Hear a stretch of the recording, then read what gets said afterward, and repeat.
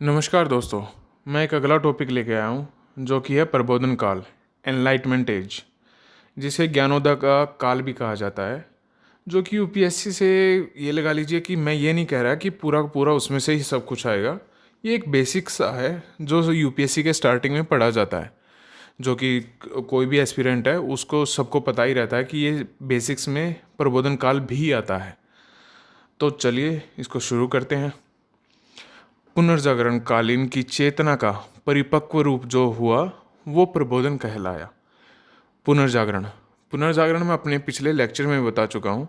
पुनर्जागरण यानी कि दोबारा से जागृत हो जाना, जिसका एक सही सटीक रूप से बताया जाए तो पुनर्जागरण कालीन लौकिक चेतना, मानवतावाद, तार्किक वैज्ञानिक खोजों पर बल देने वाली इच्छा को प्रवृत्त करता है, जो कि 18वीं सदी में आकर बहुत ज़्यादा परिपक्व हो गई थी।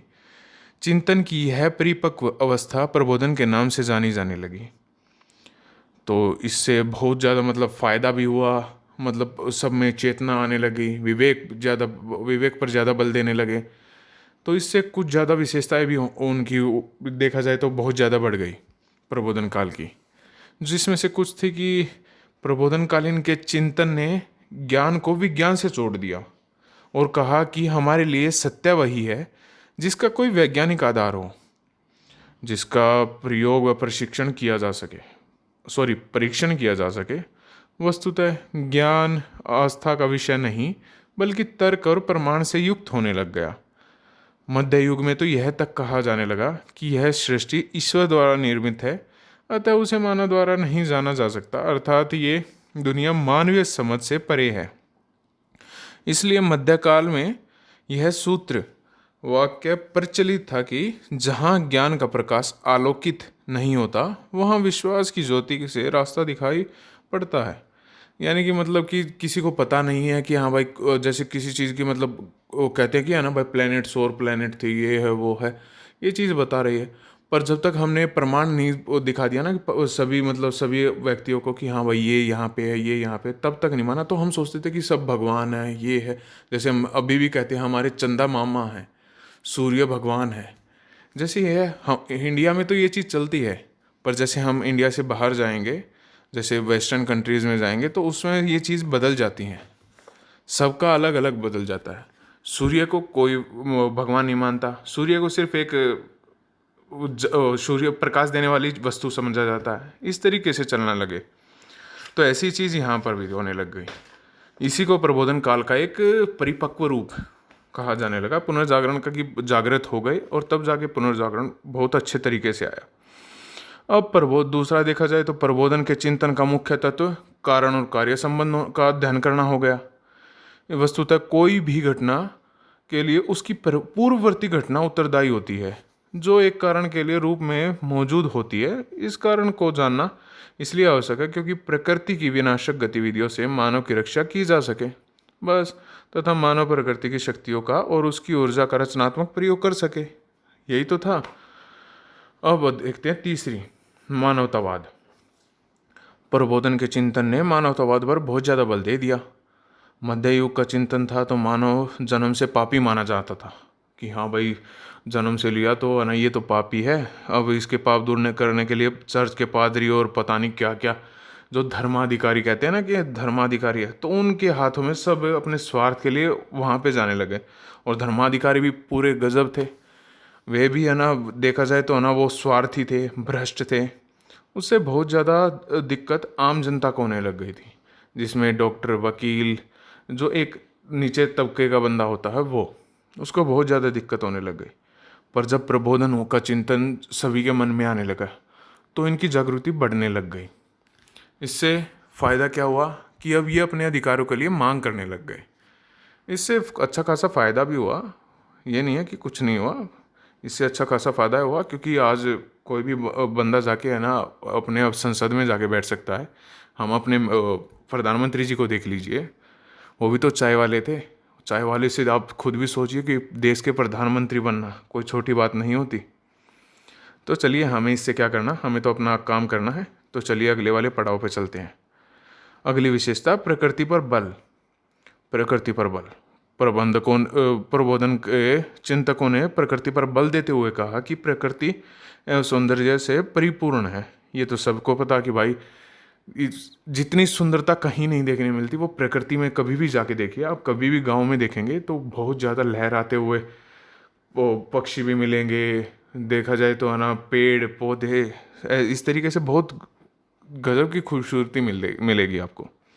इसी तरह मानव भी स्वतंत्र है, किंतु विकास के क्रम में उस पर अनेक नियंत्रण लगा दिए गए हैं और वह परतंत्र और अधीन हो गया है। ये चीज़ तो है ही कि हाँ भाई जैसे जैसे मतलब बढ़ेगा तो वो किसी का अधीन होता जाएगा ही। अतः मानव को प्रकृति की ओर लौटने की बात कहकर मानवीय स्वतंत्रता पर बल दिया गया है। बस यही है मानव, यही है प्रकृति पर बल देने की वाली बात। अब आते हैं देववाद पे। प्रबोधन के चिंतकों ने देववाद या प्राकृतिक धर्म पर बल दिया, क्योंकि इसका तात्पर्य यह है कि मानव कर्म कांड से मुक्त होकर आचरण करे। चिंतकों ने कहा कि कोई परम सत्ता जो सृष्टि का निर्माण करती है उसके द्वारा निर्मित सभी जीवों के प्रति सहृदयता का व्यवहार करना चाहिए। इसी क्रम में उन्होंने स्पष्ट किया, चाहे किसी की भी परम सत्ता ने सृष्टि का निर्माण किया हो, परंतु अब सृष्टि को चलाने का कार्य पूर्णतः उत्तरदायित्व मानव को दिया गया है। अब इसके देखा जाए तो कंक्लूजन बताया जाए तो प्रबोधनकालीन चिंतकों ने ज्ञान को विज्ञान से जोड़ने की बात कही, इसमें प्रयोग प्रशिक्षण पर बल देने की बात कही, इससे वैज्ञानिक सिद्धांतों को, यंत्रों की खोजों को संभव बनाया, मशीनीकरण को बढ़ावा मिला, मनुष्य के भौतिक जो सुख सुविधाएं थी उसमें वृद्धि हुई। इससे उनकी रचनाओं को, मनुष्य की रचनाओं को एक कहा जाए तो अच्छा इनाम भी मिलने लगा। अब सब में वो होने लग गई। अब ये प्रबोधन चिंतकों में अब आते हैं प्रबोधन के चिंतकों पर, जो विचारक बोलते हैं जिसको। जो प्रमुख विचारक थे तीन, पहले थे रूसो, दूसरे थे मोंटेस्क्यू, तीसरे थे वोल्टेयर। तीनों के तीनों ने अपनी अपनी अलग अलग बातें कही। रूसो का कार्यकाल तो क्या कहा जाए, उनका स्टार्टिंग से ले एंड तक इनका तो सिर्फ एक ही था, तीन चीज़ें थी कि प्रकृति पर बल दिया जाए, असमानता पर चोट, दूसरा था असमानता पर चोट, तीसरा था राज्य की उत्पत्ति एवं सामान्य इच्छा का सिद्धांत। इसने असमानता पर चोट करने का इनका अलग था। इन्होंने कहा कि असमानता दो प्रकार की होती है, प्रकृति द्वारा निर्मित, दूसरी होती है मानव द्वारा निर्मित। प्रकृति वाली होती है रंग भेद वाली, कद और स्त्री पुरुष जैसे मतलब ये भेद, ये होती है प्रकृति द्वारा निर्मित असमानता। और मानव द्वारा निर्मित होती है धनी और निर्धन वाली, धर्म नस्ल आधारित, जाति आधारित, इस तरीके से। अब राज्य की उत्पत्ति में क्या दिक्कत दी, राज्य की उत्पत्ति इनकी तरफ से सोचा गया कि है ना भाई संपत्ति की अवधारणा के आने के बाद मानव में सुरक्षा की भावना बहुत उत्तेजित हो गई। अतः सुरक्षा की तलाश में मानव ने अधिकार जिसे सौंप दिए वह राजा कहला दिया गया, और राजा जिस पर राज करता था उसे राज्य कह दिया गया।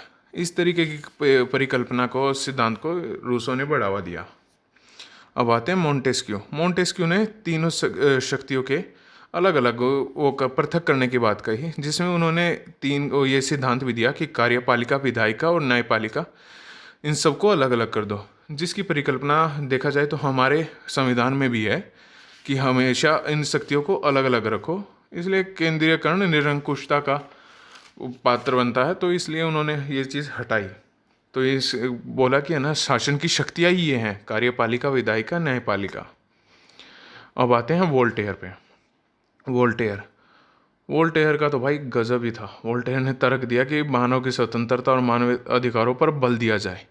उसने चर्च व्यवस्था के दोषों पर प्रहार किया, दबा के किया, क्योंकि वो खुद भी ईसाई थे, ऐसा कुछ नहीं है, ये मुझे कंफर्म नहीं है, पर जितना भी है मेरे हिसाब से तो वो ईसाई थे। पर उसके हिसाब से देखा जाए तो उन्होंने चर्च व्यवस्था पर बहुत दोष मढ़े कि आप ऐसे करते हैं, वैसा करते हैं, और सूली पर चढ़ा देते हैं। इसी प्रकार से उसने हर बुरी चीज़ को बदल डालो का अर्थात ये बदल डालो का चीज़ कर दी कि भाई हटाओ इन चीज़ों को।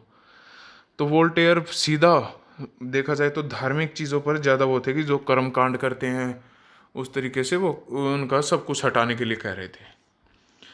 तो चलिए, धन्यवाद दोस्तों, आज के लिए सिर्फ इतना ही। अगर अच्छा लगे तो लाइक, सब्सक्राइब और शेयर कर दीजिएगा। धन्यवाद।